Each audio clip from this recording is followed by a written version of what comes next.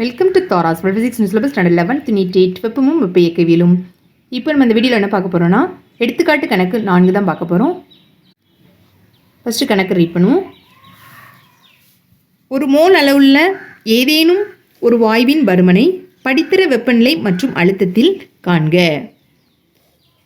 மேலும் அதே மூலக்கூறுகளின் பருமனை அறை வெப்பநிலை 300 கெல்வின் மற்றும் ஒரு வளிமண்டல அழுத்தத்தில் கணக்கிடுக. என்ன கொடுத்துருக்காங்க, என்ன கேட்டிருக்காங்கன்னு சொல்லிட்டு பார்ப்போம். ஒரு மோல் அளவுள்ள ஏதேனும் ஒரு வாயுவின் பருமனை படித்திற வெப்பநிலை மற்றும் அழுத்தத்தில் காண்க. படித்திற வெப்பநிலை மற்றும் அழுத்தத்தில் காண்க. ஒரு மோல் அளவுள்ள ஒரு வாயுவோட பருமன் வந்து அதனுடைய படித்திற வெப்பநிலை மற்றும் அழுத்தத்தில் வந்து கண்டுபிடிக்க சொல்லியிருக்காங்க. ஸ்டாண்டர்ட் வெப்பநிலை மற்றும் அழுத்தத்தில் வந்து கண்டுபிடிக்க சொல்லியிருக்காங்க.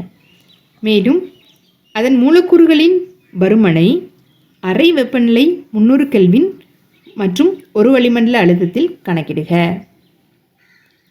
அதனுடைய மேலும் அதே மூலக்கூறுகளின் பருமனை வந்து அறை வெப்பநிலை 300 கெல்வின் மற்றும் ஒரு வளிமண்டல அழுத்தத்திலையும் கண்டுபிடிக்க சொல்லியிருக்காங்க. இப்போ இது எப்படி கண்டுபிடிக்கணும்னு சொல்லிட்டு பார்ப்போம். படித்திற வெப்பநிலை மற்றும் அழுத்தத்தில் வெப்பநிலை வந்து 0 டிகிரி செல்சியஸ், கெல்வினில் சொல்கிறது இருந்தால் 0 + 273, 0 கூட 273 ஆட் பண்ணிங்கன்னா என்ன கிடச்சிரும், கெல்வினில் மாறிடும். 273 கெல்வின் அப்படின்னு சொல்லி கிடைக்கும். அழுத்தம் P = 1 அட்மாஸ்பியரிக் ப்ரெஷர். அது எதுக்கு ஈக்குவல்னா 101.3 கிலோ பாஸ்கலுக்கு வந்து ஈக்குவல். நல்லியல்பு வாயு சமன்பாட்டை இங்கு பயன்படுத்தும் போது PV = μRT, ஒரு மோல் அளவுள்ள. அதனால் நம்ம μRT அப்படின்னு சொல்லிட்டு எழுதியிருக்கோம். பருமன் தானே இதில் கண்டுபிடிக்க சொல்லியிருக்காங்க.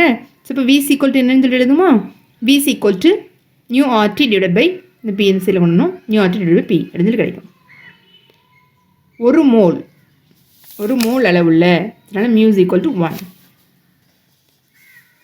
ஸோ R வந்து பொதுவாயு மாறிலி, R = 8.314 joule per mole kelvin.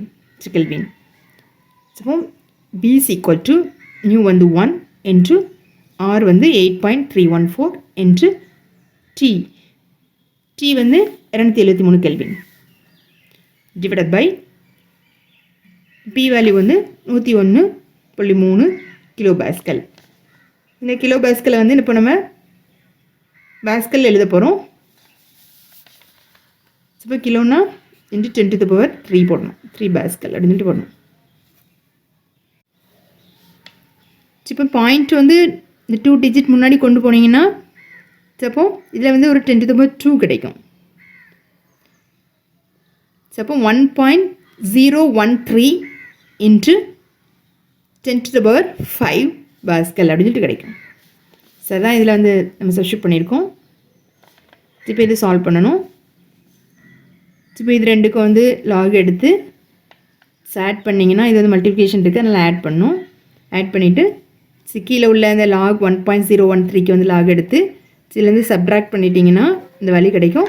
So அதுக்கு ஆன்டி லாக் எடுத்திங்கன்னா என்ன கிடைக்கும், 2243 கிடைக்கும். சரியா? ஸோ அப்படி எடுத்து எழுதிக்கோங்க.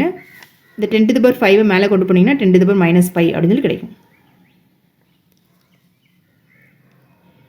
இப்போ இது -5லாம் இப்போ வந்து நம்ம பாயிண்ட்டை வந்து வைக்க போகிறோம். இதுக்கு இதில் வந்து பாயிண்ட் வைக்கும்போது 2 டிஜிட் முன்னாடி வரும். ஸோ இப்போ 2 டிஜிட் முன்னாடி இருந்துச்சுன்னா 22.43 × 2 டிஜிட் முன்னாடி இருந்துச்சுன்னா 10⁻³ அப்படின்ட்டு வரும். ஸோ இப்போ V = 22.43 × 10⁻³ m³ அப்படின்னு கிடைக்கும். 1 லிட்டர் = 10⁻³ m³. ஏற்கனவே நமக்கு தெரியும், நம்ம கண்டுபிடிச்சிருந்தோம்.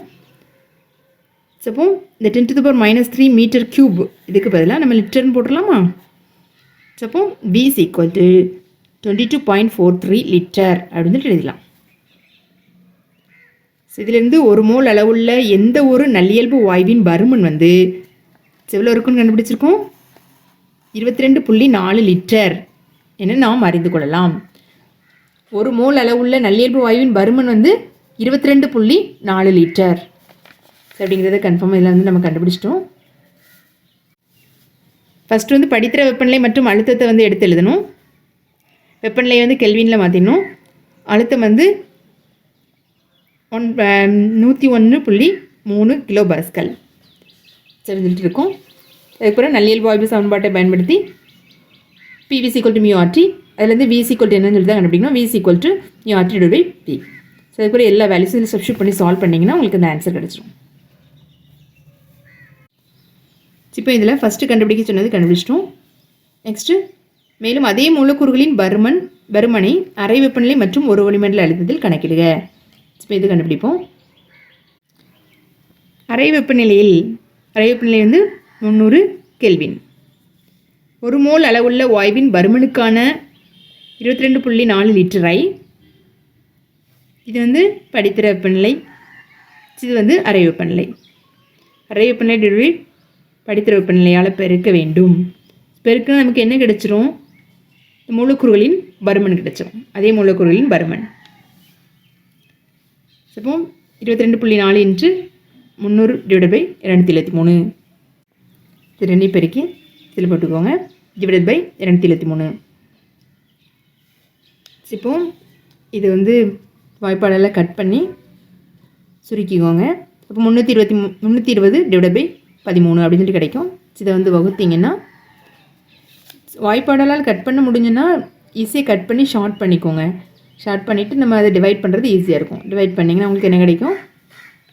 24.6 லிட்டர் அப்படின்னு சொல்லி கிடைக்கும். இதுதான் என்னென்னா மூலக்கூறுகளின் பருமன். மூலக்கூறுகளின் பருமன் வந்து 24.6 லிட்டர் ஆகும். இப்போ நம்ம கிடைச்சிருந்த ஆன்சர் வந்து ஃபைனலாக எடுத்து எழுதுவோம். ஆன்சர் போட்டு எழுதிக்கோங்க. மூலக்கூறுகளின் பருமன் அறை வெப்பநிலை மற்றும் ஒரு வளிமண்டல அழுத்தத்தில் வந்து 24.6 லிட்டர் ஆகும். அதுக்கப்புறம் என்ன கண்டுபிடிச்சிருந்தோம்?